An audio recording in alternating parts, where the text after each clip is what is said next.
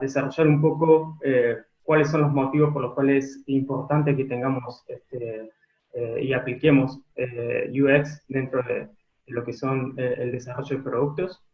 Y finalmente vamos a ir por el proceso y algunas estrategias que podemos empezar a aplicar, digamos, para comenzar a identificar, digamos, problemas de usabilidad dentro de los productos y empezar a proponer algunas soluciones.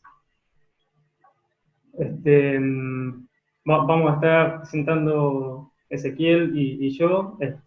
Básicamente, de mi lado, trabajo en Simplix hace ya más o menos 4 años. He pasado por varios proyectos haciendo lo que es experiencia de usuario y también diseño de interfaces. Y actualmente hace más de un año que estoy trabajando dentro de la industria de lo que es el healthcare. Bien, buenos días a todos. Presento a Ezequiel. Entré hace poco a la compañía, ahora unos 6-7 meses. A lo largo de todo ya ahí pude trabajar. De mi carrera he podido trabajando con lo que es experiencia de usuario, con lo que es diseño de interfaces, parte de diseño gráfico. He incursionado también un poco en el mundo del desarrollo. Así que, esa es la presentación, muchachos. Vamos nomás. Bueno, empecemos. ¿Qué es UX, concretamente? ¿Qué es la definición concreta de UX?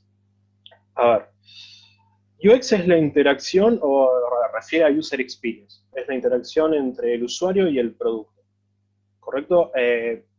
Un ejemplo de UX puede ser, no solo aplicado al mundo digital, estamos hablando en el contexto general de todo. Puede ser desde el mango de un martillo, puede llegar a tener una experiencia UX, hasta obviamente lo que hacemos nosotros, que es todo el mundo digital. ¿Por qué es importante? ¿Qué representa para el producto final o qué enriquece el UX en el producto final?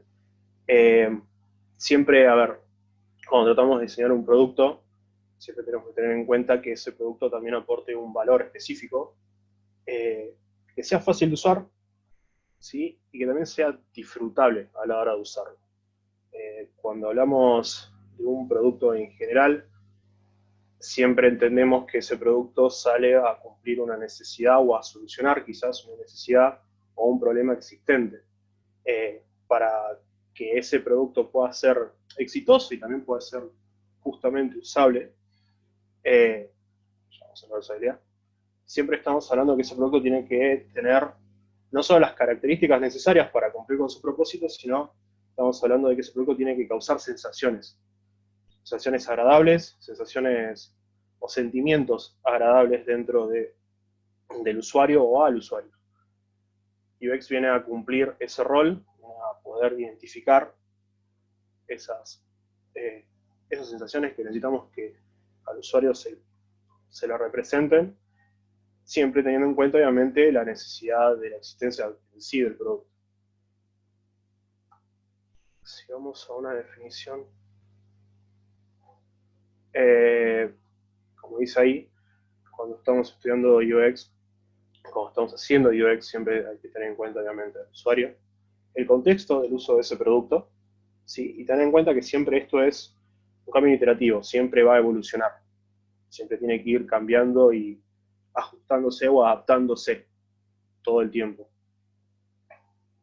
Una definición referente, digamos, en el área de lo que es UX. Estamos hablando de Norman.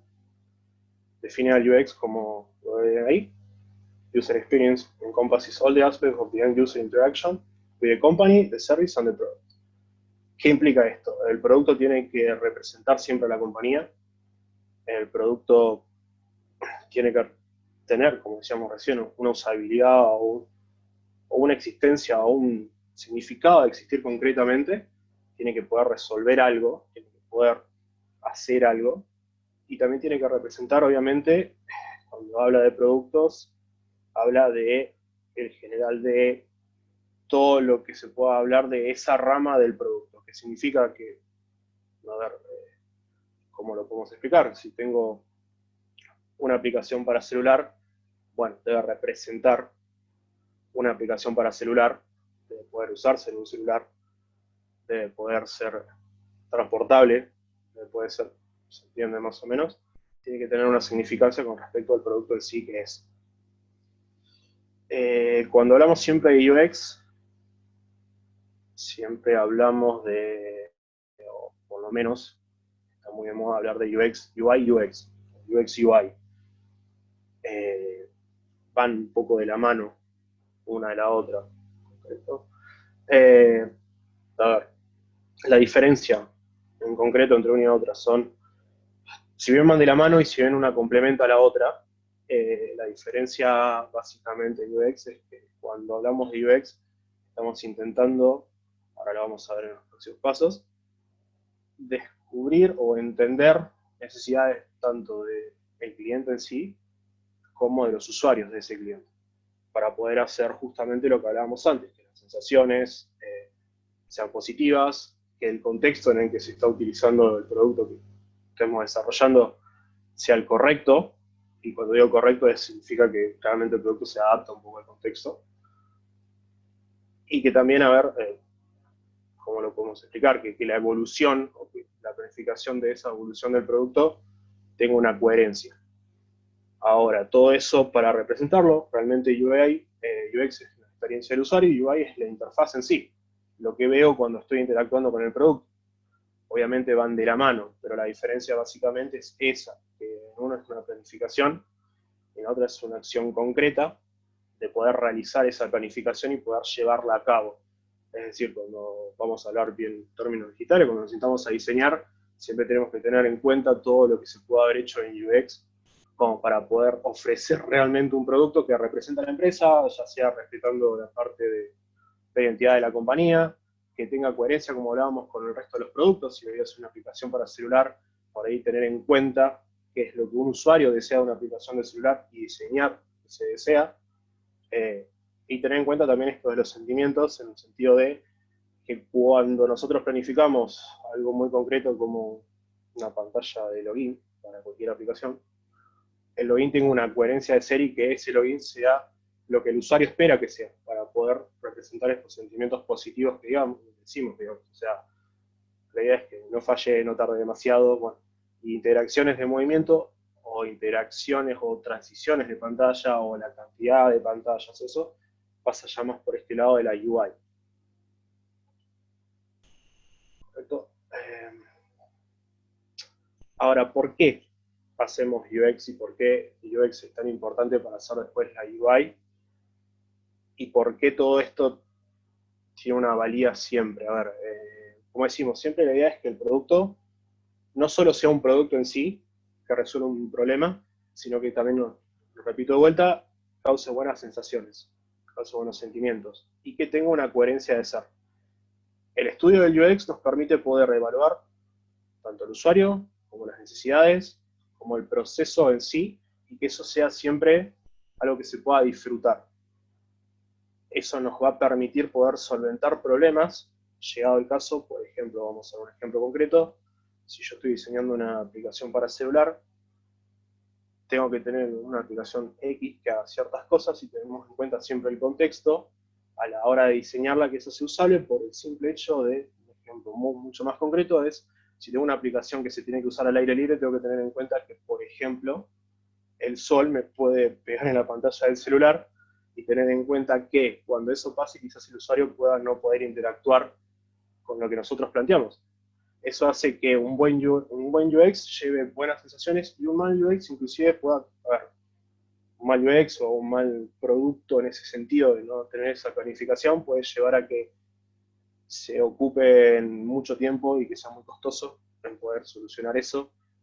Al usuario le va a causar una sensación mala que puede permitir que después no utilice más el producto porque se cansa. Entonces hemos podido bajar quizás aplicaciones o entrar a páginas web, o inclusive, como hablábamos, no solo en el mundo digital, algún producto que hemos comprado en algún lado que por quizás tener una mala experiencia de UX o no haber contado con este proceso de UX UI antes, nos permita o no sea factible usarlo o nos frustre a la hora de usarse, o realmente no pueda cumplir con las necesidades o con lo que viene a querer cumplir, digamos.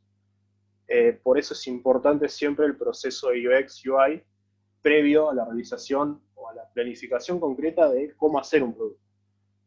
Cuando digo cómo hacer un producto, es bueno, hablamos en general, digitalmente podemos hablar de qué código utilizar, qué herramientas, a ver, sobre qué servidores puedan dar y demás, o qué dispositivos va a usar. Bueno, toda esa planificación se puede realizar en un paso previo, teniendo en cuenta un montón de puntos, ya vamos a ver, para poder identificar bien cuáles pueden ser algunos problemas que vamos a llegar a encontrar y cómo el usuario se tiene que relacionar con eso. La idea es tener buenos sentimientos y como diseño gráfico, no tener malos.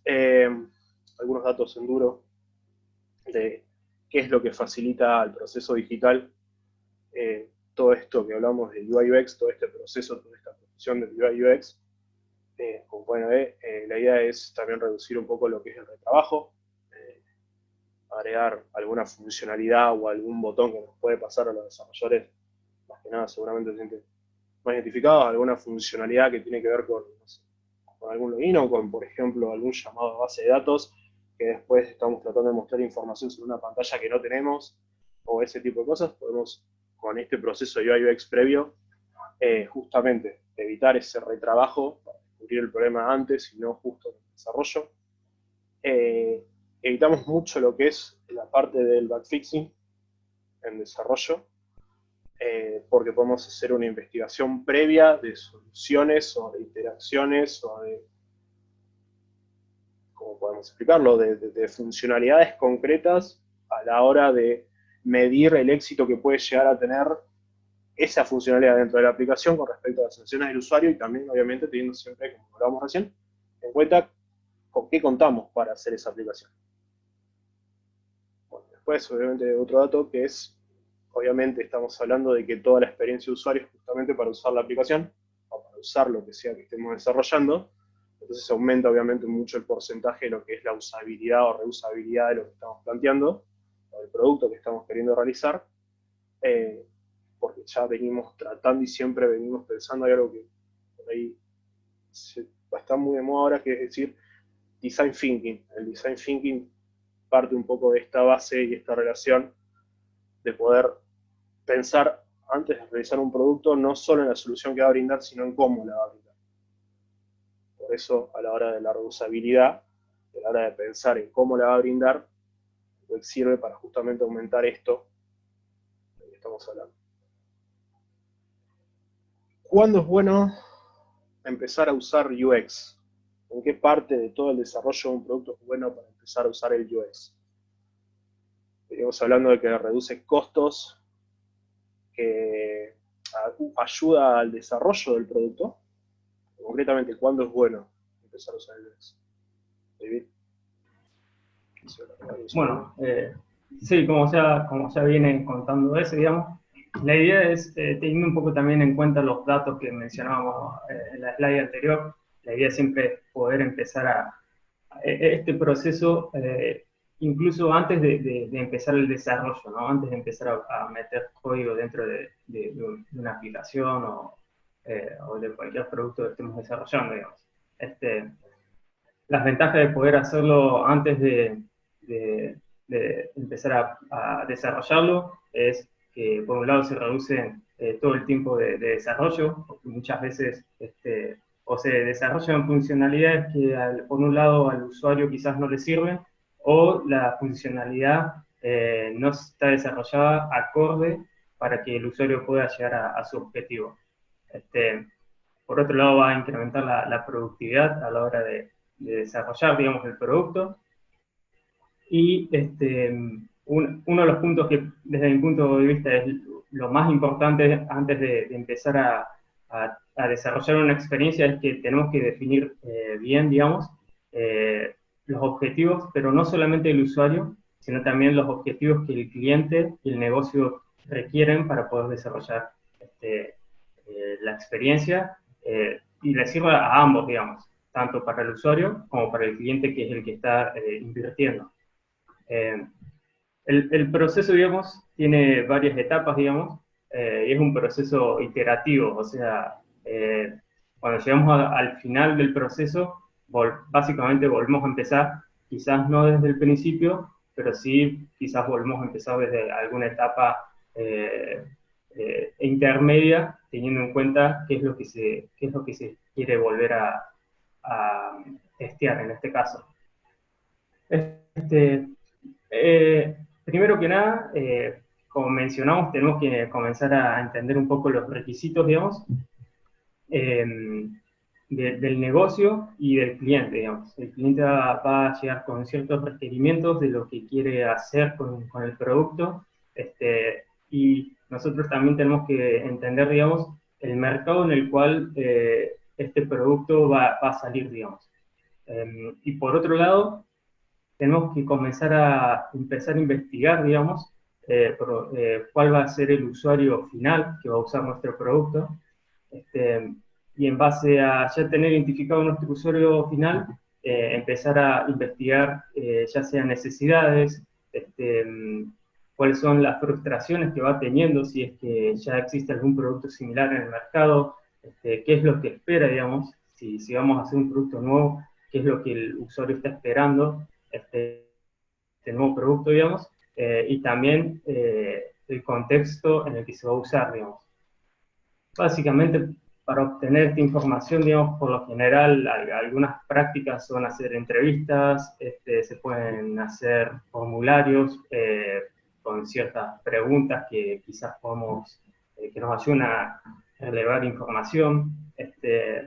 También, como se menciona acá, es una observación de campo, que básicamente es ir al lugar en el que el usuario va a usar este producto y ver cómo el usuario está interactuando en sí con el producto.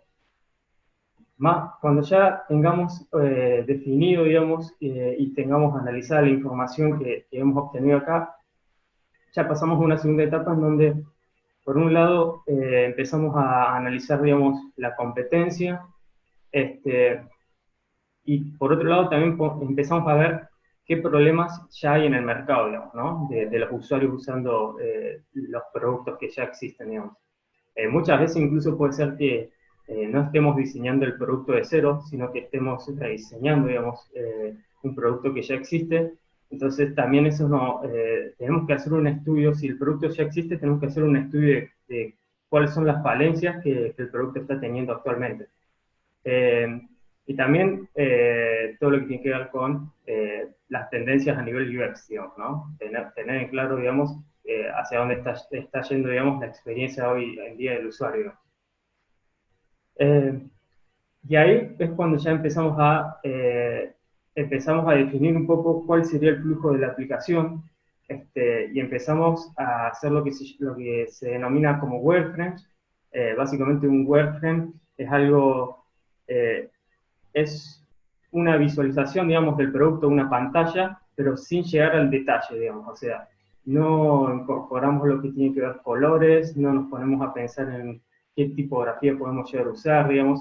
Un wireframe puede ser básicamente hecho desde una computadora hasta directamente puedes agarrar un papel, una lapicera, te pones a dibujarlo, y lo que en realidad vamos a estar haciendo con estos wireframes es hacer el flujo que definimos anteriormente para luego poder testearlo con los usuarios. La idea es poder hacer un testing de la hipótesis que nosotros tenemos, poder llevarla al usuario final y poder ver si realmente nuestra hipótesis es válida o hay que hacer ajustes. Es algo más rápido y nos ayuda a obtener feedback del usuario fácilmente, digamos, sin tardar mucho tiempo en ponernos a fijar en detalles que todavía no nos conviene porque no está definido, digamos, si va a servir o no lo que estamos diseñando. Ya una vez que tengamos en claro que la experiencia que se hizo acá, ¿sí? Está funcionando para el usuario, ya ahí sí pasamos a diseñar lo que son los prototipos, nos ponemos a fijar un poco más lo que tiene que ver con colores, tipografías, digamos, empezamos a hacer que el prototipo básicamente se alinee en este caso, lo que tiene que ver con el cliente, ¿no? La imagen del cliente, ¿sí? Con su compañía, usamos los mismos colores, las mismas tipografías, y ahí, digamos, lo que vamos a hacer es un segundo test de usabilidad, en donde vamos a, de nuevo, en este caso, vamos a seguir probando otras hipótesis, digamos, que vayan surgiendo, y otros flujos para ver que el usuario pueda navegar por la aplicación y pueda llegar a sus objetivos de una forma acorde, digamos, ¿no? Ya cuando más o menos tengamos bien definidos los flujos, cuando ya sepamos que funcionan, digamos, que el usuario se siente cómodo, que puede llegar a sus objetivos sin estar renegando para poder llegar, ya es cuando pasamos a la fase de implementar lo que tiene que ver sería más que nada con poner el código, digamos, y hacer un producto mucho más tangible. Y ahí, una vez que el producto ya, mientras lo vamos desarrollando, también vamos haciendo testing, digamos, y una vez que lo sacamos al producto a circulación, ahí también seguimos probando con los usuarios y seguimos verificando que el producto esté funcionando bien, pero también seguimos analizando cuáles son los puntos débiles del producto para poder ir mejorándolo una y otra vez. Por eso es que una vez que ya sale el producto, volvemos, digamos, a algunas de estas etapas que nos puedan ayudar a mejorar, en este caso, la usabilidad del producto. Primero que nada, digamos, lo que vamos a hacer es identificar nuestros usuarios finales, vamos a analizar y reconocer tanto problemas, necesidades como objetivos del usuario, y esto lo que nos va a permitir es crear lo que se denomina una persona, digamos. Básicamente, esta persona lo que nos va a permitir es identificar a nuestros usuarios finales, ¿sí? Puede ser una persona o pueden ser varias, si quizás tenemos varios usuarios finales que usando nuestro producto, digamos. Y dentro de esta persona, básicamente lo que nosotros, la información que vamos poniendo es información que nos ayuda a la hora de diseñar nuevos flujos, diseñar nuevas experiencias, nuevas ideas al producto, digamos. Por un lado, vamos a construir como un perfil de más o menos el contexto en el que se mueve, digamos. Le ponemos una foto, un nombre, si tiene hijos, si está casado, dónde vive. Y por otro lado, también ponemos atributos claves que pueden llegar a ayudarnos a desarrollar una funcionalidad de una forma o de otra, digamos, ¿no? Si el usuario sabe utilizar el teléfono, va a ser un poco más fácil agregar ciertas funcionalidades a que si el usuario, por ejemplo, todavía tiene algunas, no está tan amigado con el uso de un celular, digamos, ¿no? Entonces eso, identificar esos atributos y esas particularidades nos ayudan a llevar el diseño para un lado o para el otro, digamos. Son decisiones que a medida que nos ayudan a tomar a medida que vamos avanzando en el proceso.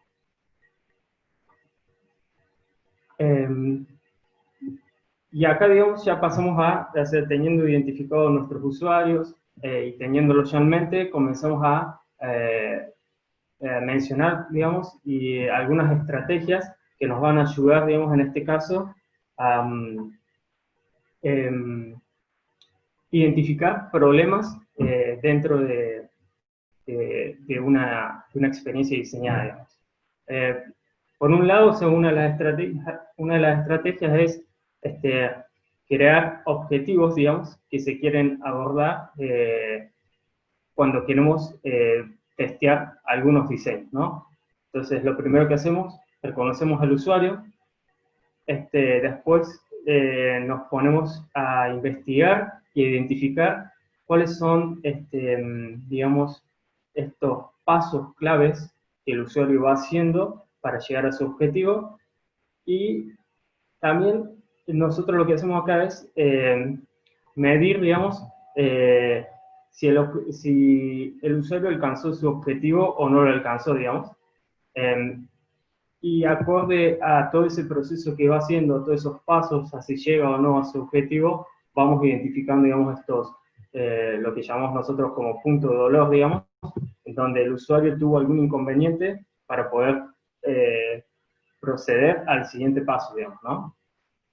Y también algo clave en que está muy bueno, digamos, siempre prestar atención, es esas soluciones alternativas que el usuario usa para lograr su objetivo, para seguir avanzando. Siempre es bueno ver esas soluciones alternativas porque quizás incluso las podemos tomar e incluirlas como una solución, no solamente para un usuario, sino para todos los usuarios que usan el producto. Esta sería una de las estrategias. La otra estrategia tiene que ver con una evaluación heurística, digamos. En este caso, es un estudio, digamos, que se hace sobre el producto, donde básicamente participan 5 usuarios, más o menos, digamos, que nos van a permitir encontrar problemas de usabilidad dentro de lo que es el producto, digamos. La idea es que sean más o menos 5 usuarios, digamos, por un lado, para que no sea tan largo, pero también necesitamos tener varios usuarios, porque un solo usuario, digamos, no puede encontrar todos los problemas de usabilidad dentro de un producto, ¿no? Y por otro lado, porque hay usuarios que van a encontrar más problemas que otros, digamos. Entonces, siempre más o menos la cantidad de 5 usuarios es eficiente para encontrar los problemas de usabilidad, digamos. Básicamente pues, consta en este caso en 4 pasos, en donde lo primero que hacemos es poner en contexto a todos los usuarios, poner en la misma página a todos los usuarios, después hacer una evaluación del producto, y ya las etapas 3 y 4 tienen que ver con empezar a decidir la prioridad y la gravedad, ¿no? De los errores encontrados, y definir cuáles se van a solucionar primero y cuáles se van a ir dejando, cuánto tiempo lleva a solucionar los errores. Entonces, la primera etapa, lo que vamos a hacer es poner al usuario, a los usuarios que van a testear nuestra aplicación, ponerlos todos en la misma página. La idea es que cuando nosotros vayamos a la parte de la evaluación entre los usuarios, esta evaluación, la idea es que se haga individual. Cada usuario la hace individual, digamos, y no se hace en conjunto, no se hace en grupo. La idea es que los usuarios no puedan ir viendo cómo va interactuando el otro con la aplicación, porque si no, digamos, como al ver cómo van interactuando, lo más probable es que muchos de los problemas de usabilidad no se encuentren, digamos. Y una vez, digamos, una vez que se empieza con la evaluación, siempre el usuario, nosotros le tenemos que dar al usuario como ciertos flujos que queremos testear, objetivos a los cuales debería llegar, y vamos observando si el usuario, cómo va el usuario interactuando con la aplicación. También se pide, por lo general se suele pedir que el usuario, a medida que va interactuando con la aplicación, pueda ir hablando en voz alta para entender, digamos, qué es lo que está pensando, digamos, y qué es lo que va viendo a medida que va interactuando. Y desde nuestro lado lo que hacemos es ir observando esa interacción y vamos tomando notas, digamos, en base a lo que vamos viendo. Estas, digamos, son las 10 heurísticas que se evalúan, digamos, a la hora de hacer este tipo de testing, digamos. Lo que nos va a permitir es encontrar ciertos errores básicos que pueden ocurrir a la hora de haber desarrollado la usabilidad, digamos, ¿no? la dividimos en tres. Por un lado tiene que ver con lo que es el entendimiento, digamos, del producto en el que se está moviendo el usuario. Por otro lado, tenemos las acciones y el feedback que nos da el producto, digamos, ¿no?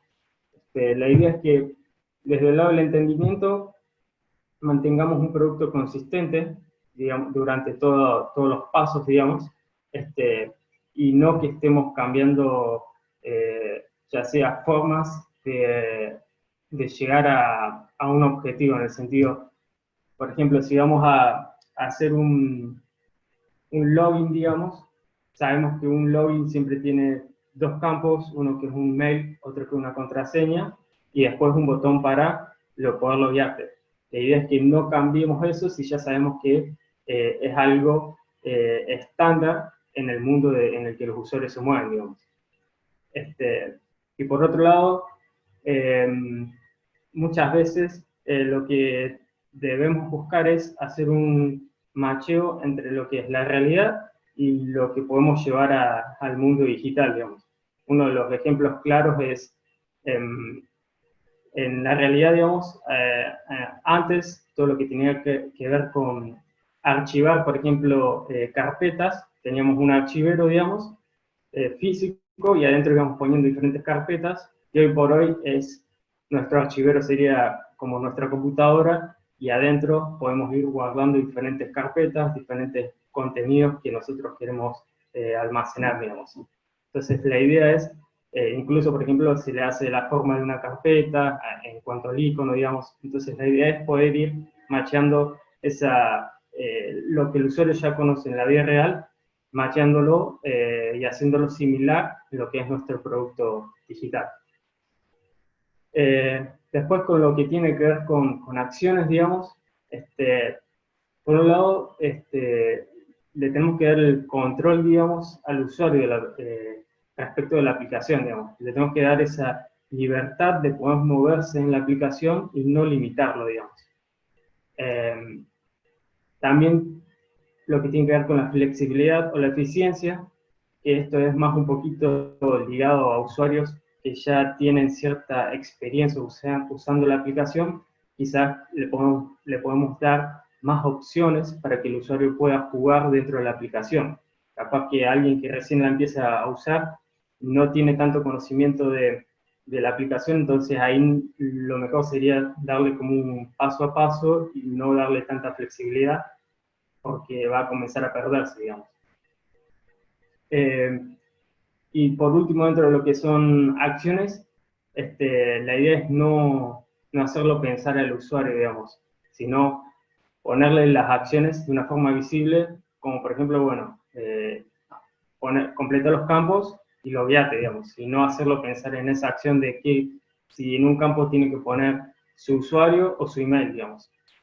Tenemos que ser concisos, digamos, y directamente pedirle o mostrarle lo que tiene que hacer sin hacerlo pensar, digamos. Porque si no, lo que estamos haciendo es hacerle perder el tiempo al usuario porque tiene que primero pensar qué acción tiene que hacer.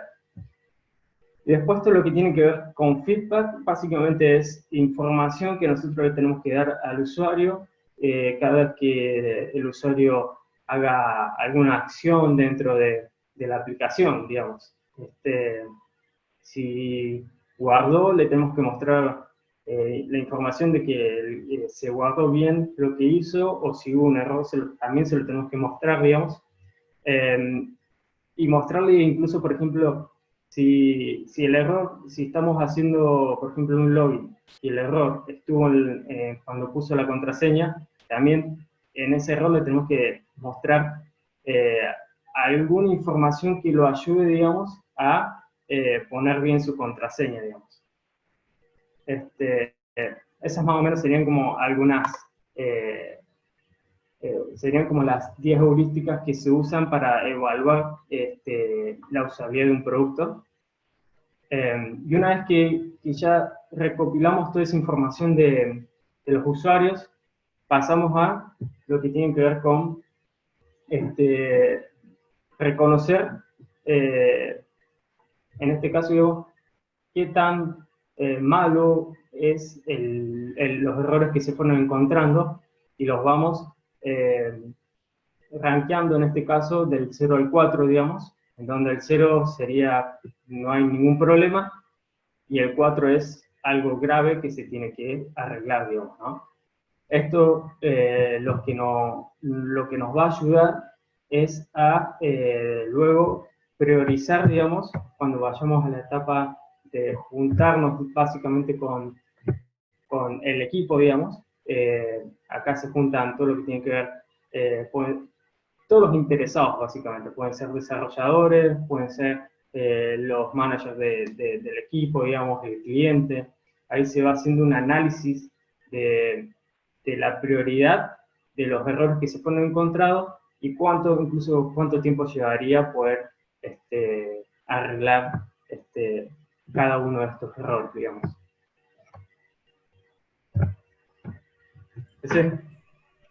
Bien, David estuvo haciendo una explicación de cuál es el paso concreto entre test de usabilidad o el probar lo que estamos haciendo a poder cuantificarlo en un resultado visible, con números y demás, para poder empezar a solucionarlo. Ahora, ¿realmente qué es este test que hacemos? ¿Qué es este test de usabilidad que generalmente se hace, de lo que estamos hablando?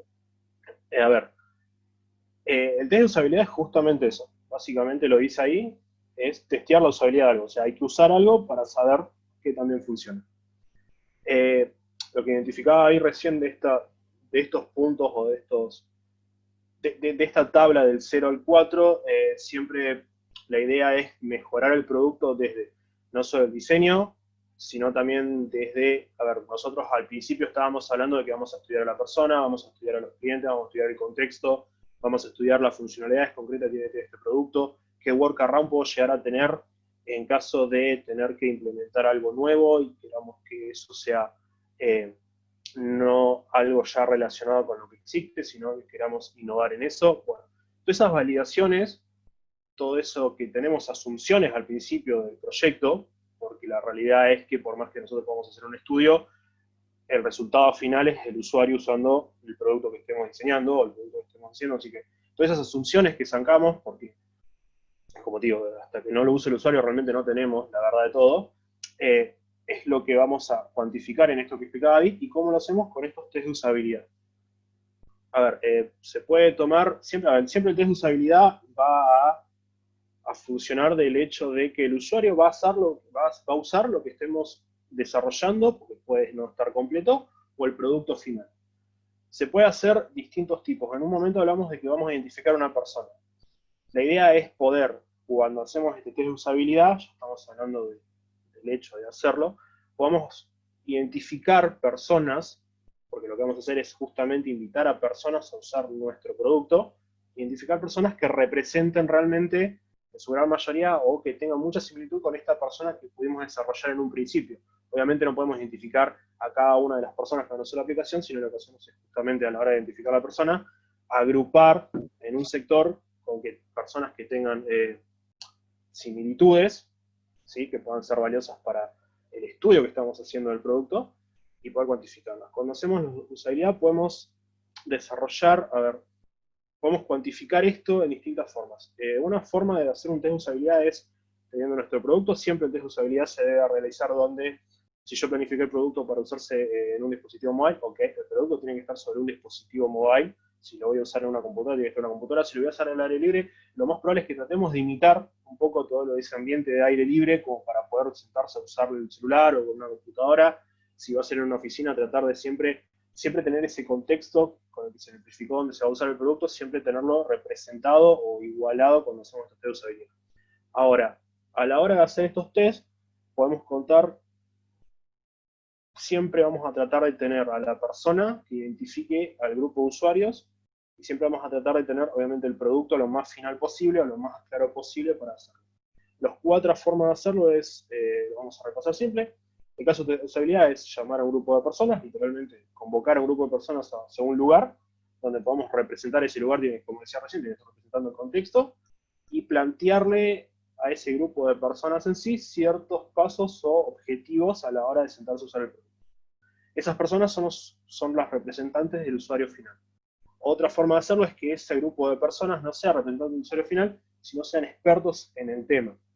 cuando digo expertos en el tema, es si estamos realizando una aplicación de financiación, poder convocar a gente que tenga mucha experiencia en el mercado, no un usuario, cuando podemos definir algo como usuario final, puede ser un usuario que recién empieza, alguien que ya sabe usar mucho como el tema en sí del producto. Entonces podemos convocar a mucha gente que tenga experiencia en financiación para que nos dé un insight no solo también de la usabilidad de la aplicación, sino también un insight de que las asunciones que sacamos al hecho de decir, bueno, necesito hacer esta tarea más rápida, o necesito que esta tarea me muestre esta información, sea válida.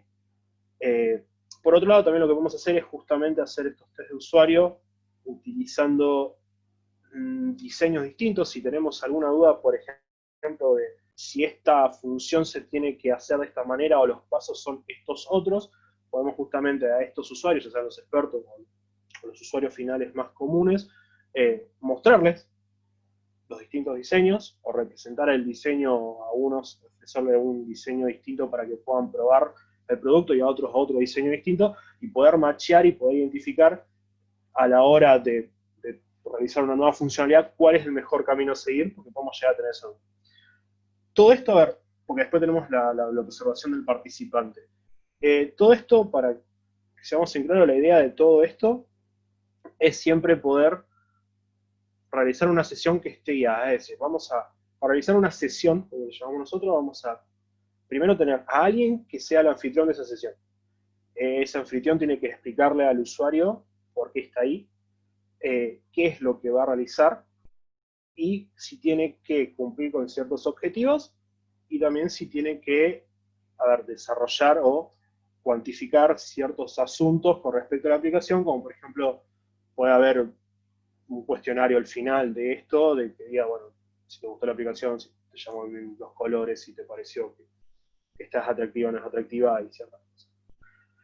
Después, obviamente, se va a empezar con esta sesión, que implica justamente que al usuario se le dé, como dice ahí, objetivos claros. A ver, ¿qué voy con esto? El scope de la sesión que dice ahí es justamente saber qué es lo que vamos a probar. Es decir, no toda sesión prueba siempre todo un producto completo, no toda sesión siempre sobre alguna funcionalidad prueba o podemos probar simplemente un nivel estético de la funcionalidad, podemos probar interacciones con animaciones o podemos probar directamente un roadmap, es decir, bueno, quiero que te lo veas, ok, el primer paso es poner el usuario, el segundo paso es contraseña y el tercero apretar el botón.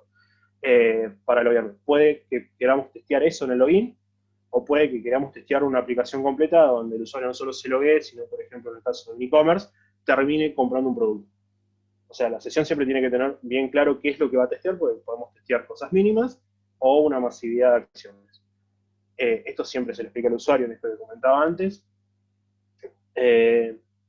Bueno, ahora a la hora de explicar eso, como nosotros estamos tratando de solucionar o tratar de entender o tratar de validar las asunciones que tenemos, siempre se puede hacer o siempre tenemos que tener en cuenta que los escenarios que vamos a testear tienen que estar descritos, no solo para nosotros, sino tener en cuenta qué es lo que vamos a testear y si realmente lo que estamos planteando va a terminar de comprobar o de terminar de darnos un pantallazo de lo que queremos ver, sino también para poder explicarlo también al usuario en caso requerido.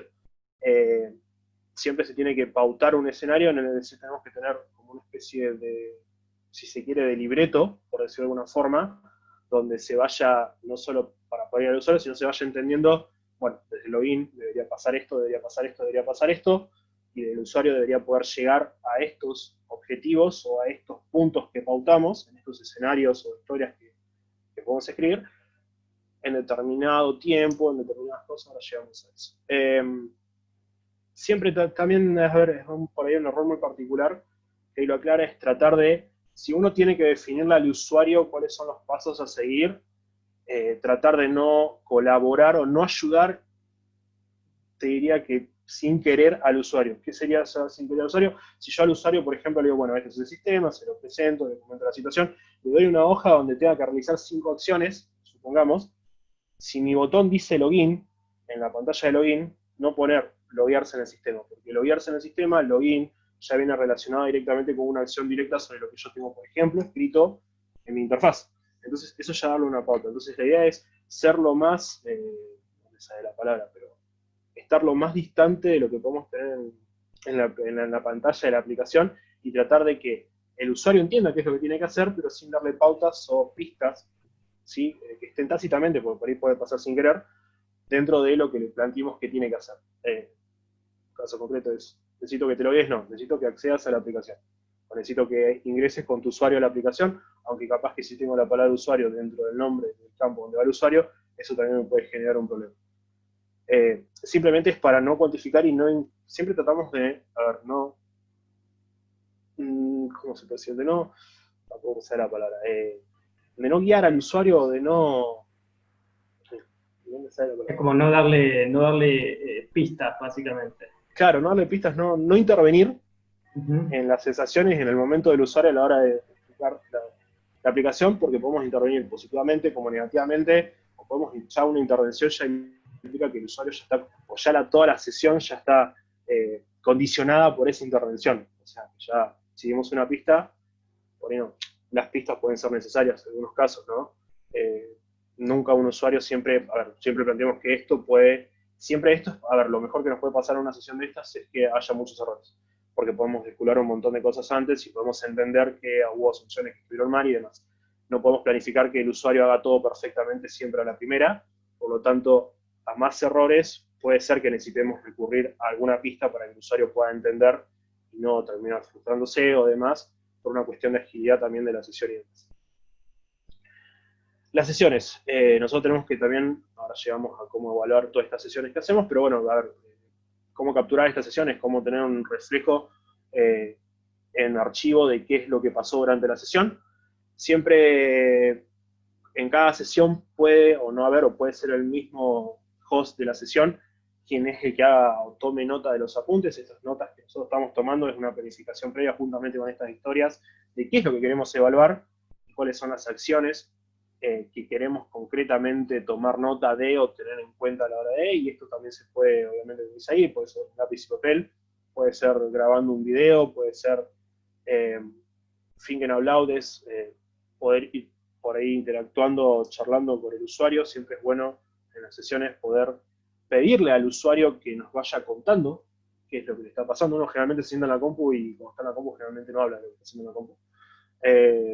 Generalmente no nos pasa y por ahí es medio complicado que el usuario se suelte por ahí a la hora de decir, bueno, sí, ahora estoy yendo lo vi, me gusta ese botón, o qué bueno que está esto, no encuentro. Bueno, es medio complicado porque no estamos acostumbrados a hacer eso. Estamos en la computadora, realmente interactuamos con la computadora con otro lenguaje que no es el hablado, por lo tanto no le hablamos a la computadora.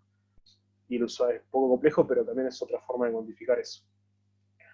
Todos estos resultados, todo esto que decía David anteriormente del 0 al 4, cómo llegamos a todos estos resultados, generalmente en todas estas sesiones evaluamos estas tres cosas que dicen ahí. Primero, ¿cuánto tiempo se requiere en realizar una acción? ¿Sí? Nosotros ya podemos tener una asunción previa de, para hacer tal acción requerimos de quizás tanto tiempo. Teniendo ese resultado podemos ir cuantificando si a los usuarios les llevó más o menos tiempo. Y eso es algo que tenemos que tomar nota, tenemos que, si queremos evaluarlo, pero generalmente sí, tomamos tiempo de tomamos nota de cuánto tiempo lleva a realizar una acción. Después, ahí lo dice, el success de la acción o no, puede haber usuarios que directamente no puedan realizar la acción, ¿sí? O puede haber usuarios que, un poco con la parte de abajo, hasta ante retirados momentos de error, ante retiradas acciones que no llegaron al objetivo que necesitaba el usuario, como el loguearse, porque no supo poner bien la contraseña, porque no entendió dónde iba el usuario, porque el botón falló, porque puede fallar el botón de desarrollo, porque que sea. Bueno, ¿cuántos fueron los errores o cuántas veces se equivocó tanto la aplicación? Tengamos en cuenta que el usuario acá nunca se equivoca, ¿no? Siempre eso es algo muy importante, el usuario nunca se equivoca, el usuario está tratando de usar la aplicación y nosotros tenemos que tratar de, justamente con todo esto que estamos explicando, de que la aplicación se adapte a las necesidades del usuario. Por lo tanto, el usuario acá no, pero sí llamamos equivocaciones o errores de nuestra parte, tanto del código, del que hayamos planteado, demás. ¿Cuántas veces eso pasó hasta que se pudo completar una acción como satisfactoria, como dice ahí, o como exitosa? Todo eso se cuantifica, todo eso se mide, ¿sí? Se mide directamente en una tabla. Podemos medirlo de un montón de formas distintas. La idea es poder llegar a tener un resultado final que compare con un resultado esperado. Nosotros siempre tenemos que tener un resultado esperado antes de esto para poder equivalerlo con el resultado final. Y en base a ese resultado esperado y el resultado final es la tabla que mostró David antes del 0 al 4, donde podemos evaluar, ¿sí?, cuál fue los errores que tenemos que abordar enseguida, cuál consideramos que no fueron errores directamente, o cuáles errores se pueden ir mezclando, mellando a lo largo del tiempo, no son graves completamente. La siguiente cosa. Bueno, ahí lo que hablábamos un poco, cómo conducir siempre estas sesiones, cómo el host de estas sesiones debe comportarse, obviamente ahí lo explica, tiene que dar obviamente una introducción. La introducción puede ser, a ver, ¿podemos contar una historia o no? ¿Qué significa contar una historia? Podemos darle al usuario un rol a cumplir, por ejemplo, necesitamos que tenemos un e-commerce en el que estamos hablando, bueno, el rol a cumplir es, bueno, llega el cumpleaños de tal persona y necesitas conseguir un regalo. Eso puede ser una historia con una introducción.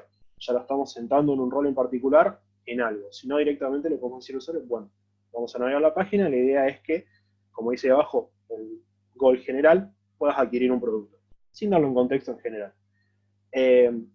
Si tiene alguna, obviamente, siempre le preguntás si tiene alguna duda, alguna pregunta antes de arrancar.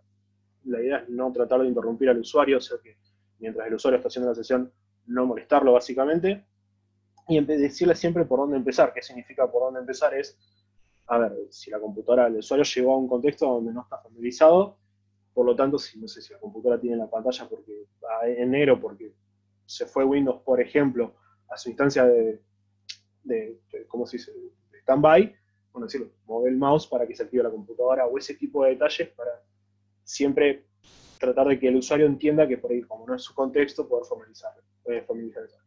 Siempre mantenerse neutral, esto que decíamos, tratar de no ayudar al usuario, tratar de no brindar pistas o tratar de no decirle qué hacer, porque a veces, muchas veces pasa de decir, no, pero fíjate que si haces clic acá, eso por ahí no, realmente no sirve. Una vez que eso se pasó en una sesión, esa sesión se tiene que descartar. Por otro lado, obviamente, siempre que hablábamos, guardar lo que hablábamos, anotar en papel, hacer un video, thinking out loud significa ir hablando o pensamientos directamente para ir anotando, también puede ser a los psicólogos, ir anotando ciertas cosas que vayamos viendo. Y por supuesto, siempre, como decía, el usuario no se equivoca, el usuario nos está dando una mano a nosotros. Está ayudándonos a nosotros a hacer mejor nuestro trabajo o poder identificar cosas. O sea, que siempre hay que dar las gracias de que alguien nos esté dando una mano para poder mejorar lo que estamos haciendo o por lo menos validar nuestro trabajo y toda esa investigación previa que hicimos antes. Cuando ya tenemos todas las notas, todo anotado, todo el debriefing, es un poco lo que hablábamos antes de cómo cuantificar y demás. A ver, ¿qué es el debriefing? Hay que cuantificar y calificar, que es un poco lo que hablábamos en su momento. Cuantificar significa, bueno, a ver, tengo todos estos datos, ¿sí?, en una tabla que me representan ciertos valores, que me representan algo. ¿Qué significa eso? ¿Cómo yo puedo terminar de identificar realmente qué significan todos esos valores que yo tengo? ¿O cómo poder identificar realmente la sesión, qué fue lo que puedo rescatar, y qué es lo que me sirve y qué es lo que no? Una sesión puede durar media hora, una hora o 10 minutos. Yo junto datos durante eso, yo puedo ir tomando notas, independiente a poder ir completando cosas, independiente a durante la sesión tomar notas, ver los videos y seguir tomando notas, poder juntar las dos cosas y de las notas o de las dos notas poder identificar otras notas. Todo eso, a ver, es lo que hablábamos recién de siempre tener en cuenta que nosotros tenemos que tener una especie de número exitoso al 100%, es decir, tener siempre una forma de identificar cuál sería nuestro escenario ideal y poder cuantificarlo con el escenario de lo que pasó, ¿sí? Yo puedo tomar todas esas notas y después justamente reservar o relevar, ¿sí?, cuál es la diferencia entre un escenario ideal al escenario que pasó. Esto lo podemos hacer, como decíamos, por métricas, lo podemos hacer en base a tomar notas, e inclusive muchas veces pasa que en el debriefing ese 0 a 4, eso que planteamos como 0 a 4, no lo planteé, a ver, generalmente se puede hacer con todo el equipo, poder evaluar básicamente los errores, porque también hay que ver por qué se produjeron esos errores, ¿correcto?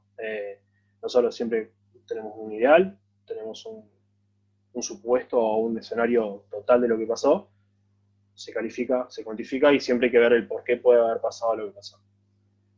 Y básicamente eso es un test de usabilidad y eso es el estudio previo a justamente empezar a poder armar un producto o un estudio previo que se pueda realizar siempre como para poder mejorar lo que hablábamos al principio, tiempo de desarrollo, evitar el recodificado de las cosas y poder brindar un producto que tenga un sentido mucho más a la solución que puede dar, en un sentido que pueda gustar al usuario, que que pueda ser usado realmente como se pretende que sea usado y demás. Y eso, la verdad, es todo. ¿Alguien tiene alguna pregunta? ¿Alguna duda? ¿Algo que no haya quedado claro?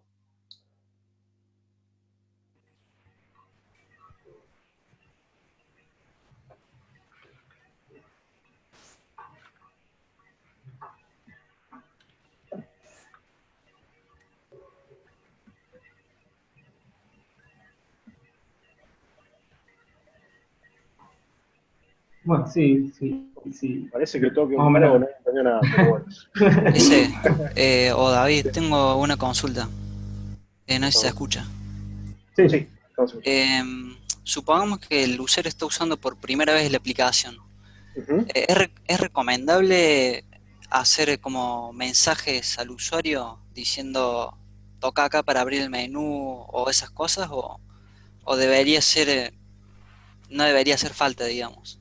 Supongamos que una aplicación para personas que no están, digamos, acostumbradas por ahí a usar mucho el celu, Ujú. ¿es una buena práctica o está desaconsejado hacer como un tutorial, digamos? A ver, depende. Y cuando te digo depende es justamente si vos necesitas llegar con una aplicación a personas que no están acostumbradas a usar la aplicación o como decíamos antes, no están acostumbradas a usar un teléfono, vamos a hacer la corta, una aplicación de un banco que tenga que representar o ayudar a adultos mayores a realizar ciertas tareas, es concretamente que lo mejor va a ser siempre poder presentar un tutorial. Sí, ¿por qué? Porque le va a permitir quizás a ver, ante dudas que tiene, inclusive el tutorial puede solventar dudas que todavía no tenía. Todavía no vio esa parte de la aplicación, pero cuando llegue a esa parte de la aplicación no va a saber para qué es. ¿Se entiende? Y quizás sea esa parte, un botón que esté abajo sea crucial para seguir con un paso, pero como hizo otras cosas antes, cuando llegue ese momento no. Entonces sí, puede ser muy útil no solo para explicar pasos, sino para explicar funcionalidades que tenga la aplicación en concreto. Por ahí no, estamos muy acostumbrados quizás a los tutoriales de por ahí que te hacen un paso a paso de cómo hacer algo. Pensemos que el tutorial puede ser para identificar puntos muy importantes de la aplicación, no solo un paso a paso. Si es recomendable o no, es el depende. Si, justamente, para saber si suma o no suma, podemos hacer todo esto que estuvimos hablando en la charla. Y otra cosa siempre a tener en concreto, que por ahí no se dice tanto, es relación costo-beneficio. ¿Cuánto es lo que me va a sumar esa nueva funcionalidad comparado con cuánto me va a llevar a hacerla? ¿Se entiende? Siempre es eso. Pero en el caso de, por ejemplo, una aplicación donde vos creas que al usuario hay que explicarle cosas en concretas, sí, siempre es bienvenido un tutorial. Siempre. Bien, bien, sí, gracias. incluso como que a veces el tutorial como que lo puedes ir partiendo acorde a a las pantallas que el usuario va navegando, digamos, ¿no? Quizás si necesitas una parte puede ser, bueno, vas a tu cuenta y cambias el nombre, digamos, supongamos, pero otra parte del tutorial, digamos, puede ejecutarse después si lo que querés hacer es ir y cambiar la contraseña, supongamos, ¿no? Son cosas básicas, pero como para que sirvan más o menos de ejemplos, quizás a veces puedo ir partiendo ese tutorial acorde a las funcionalidades que el usuario justo en ese momento está experimentando, digamos. Claro, para no tirarle todo de una, digamos, apenas entra. Exacto. Ujú. Totalmente. Un punto importante del tutorial, poder saltearlo cuando quieras. Poder dar Tal la cual, opción de de no hacerlo si no quieres. claro. Bien, gracias. Buen día, ese David, ¿cómo están? Eh, Hola. Quería preguntar, más o menos, ¿cuál es el tiempo mínimo que se necesita como para realizar un proyecto de un producto nuevo que se quiere lanzar al mercado? Depende.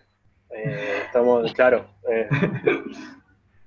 A ver, tiempo mínimo de desarrollo, yo te puedo decir que todo esto que estamos haciendo de test de usabilidad y demás, entre la preparación, a ver, nosotros, todo este primer paso que estamos hablando ahora, y hay que primero entender el producto, segundo, entender a los usuarios, también entender al cliente, y tercero, poder realizar todo esto. No hay un tiempo mínimo y un máximo. Sí te puedo decir que un día no te va a llegar, está claro. Eso sí, pero está más que claro. Es medio incuantificable porque también depende del producto, depende cómo. cómo podemos llegar a ese entendimiento de quién es el usuario, qué tanto podemos hablar con el cliente, o poder, por ejemplo, hay algo que se hace mucho, que acá lo estamos hablando siempre de UI UX, pero una cosa tiene que ver con un diseño de un logo, por ejemplo, es una acción recomendable es ir a la empresa, al cliente, y charlar con la gente para poder identificar cuáles son los valores o qué es lo que más representa a la empresa para poder llevarlo, por ejemplo, al logo. Y eso no se puede cuantificar concretamente. Se pueden pautar, pero siempre, a ver, siempre teniendo en cuenta lo que hablábamos antes, nosotros podemos finalmente pautar un tiempo, vamos a hacer esto en tanto tiempo, sacar conclusiones, probar todo, y siempre, como vimos en el proceso, podemos siempre volver a replantearnos lo que ya habíamos planteado. O sea, entonces por ahí, si hay una necesidad de plantear un tiempo, siempre que se tengan claro que en este tiempo puedo realizar esto, pero hay cosas que no voy a poder saber o puede llegar hasta acá, siempre que se tengan cuenta, el tiempo es el que se necesite, básicamente. Generalmente, como decís, plantear un proyecto y puede ser un mes, 6 meses, 2 años, puede no terminar nunca, inclusive el proyecto. Siempre es negociable, digamos, siempre es hablar de muchos proyectos que tenemos, arrancamos sin todo esto para hacer porque no hay tiempo. Muchos proyectos tienen un montón de tiempo para poder hacer esto. Depende mucho del proyecto. Siempre. Sí, como es muy importante justamente la etapa donde tenemos que analizar los requerimientos y demás, porque no es lo mismo cuando estamos queremos desarrollar la experiencia de usuario de un e-commerce, donde ya sabemos que la mayoría de los usuarios, por lo general, pueden ya tener una experiencia anterior a eso, a cuando estamos haciendo algo más complejo. Hoy, por ejemplo, se lo ve mucho a la hora de interactuar con aplicaciones de banco, digamos. Las aplicaciones de banco están surgiendo hace recién un par de años y hay nuevas funcionalidades que a medida que se va avanzando se van añadiendo, y eso en ocasiones no todos saben interactuar, digamos, con esas nuevas funcionalidades, digamos. Entonces, capaz que lleva un poco más de tiempo el pensar y armar soluciones, incluso estabilizarlas, digamos, ¿no? Para que el usuario las apropie como de uno mismo, digamos. Genial, muchas gracias.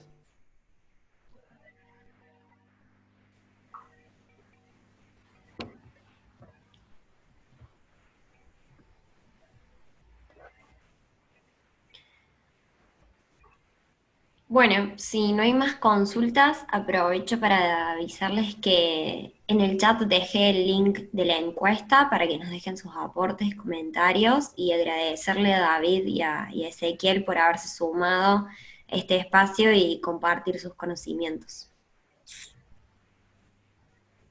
Gracias a ustedes Por las por haberse dudas, sumado. ahí alguien escribió en el chat si existen empresas específicas dedicadas al UX. Empresas específicas dedicadas a UX, sí. Existen empresas específicas que se dedican solamente a hacer UX, inclusive consultoría de UX, que significa toda esta parte de la evaluación previa para plantear cuáles son los problemas, pero no, por ejemplo, o por ahí dar algunos aportes de solución, pero no brindarlos ellos. Sí, existen empresas directamente que son enfocadas a UX. Correcto. Por ejemplo,